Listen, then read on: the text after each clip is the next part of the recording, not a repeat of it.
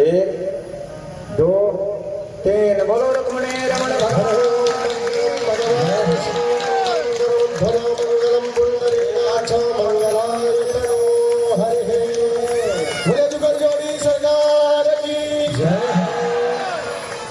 अब हमारे बाबूजी चलेंगे नीचे कन्यादान कराओ।